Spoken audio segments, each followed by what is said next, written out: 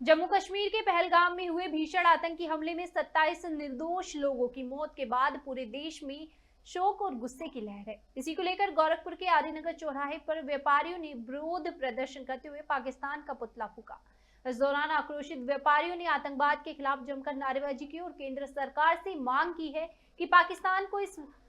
हमले की सख्त सजा दी जाए। व्यापारियों ने कहा कि अब वक्त आ गया है कि भारत सरकार पाकिस्तान पोषित आतंकवाद के खात्मे के लिए निर्णायक कदम उठाए,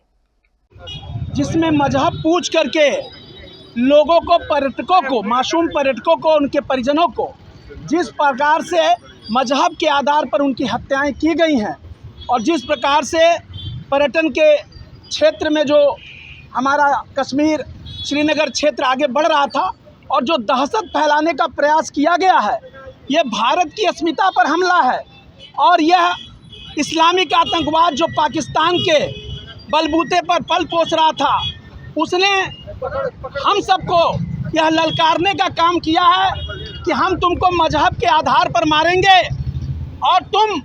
मजहब के आधार पर मारे जाओगे। और जिस प्रकार से मजहब पूछ करके वहाँ पर दहशत का वो माहौल खड़ा करके परिजनों को मारा गया है, उनके पत्नियों को,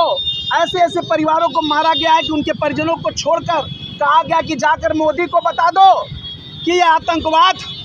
हमने किया है, पाकिस्तान के प्रशय पर किया है और भारत को एक तरह से चेतावनी दी है। तो हम बताना चाहते हैं कि इस आतंकवाद को भारत की जनता कतई बर्दाश्त नहीं करेगी। ये अगर मजहब के आधार पर है तो मजहब के आधार पर ही जवाब दिया जाएगा, और अगर आतंकवाद के आधार पर है तो आतंकवाद के आधार पर जवाब दिया जाएगा। निश्चित रूप से भारत के गृह मंत्री और भारत के प्रधानमंत्री जी अपना दौरा छोड़कर के आए हैं। गृह मंत्री जी तत्काल पहुंचे हैं। भारत की जनता आज हम इस पुतला दहन के माध्यम से, आतंकवाद के पुतला दहन के माध्यम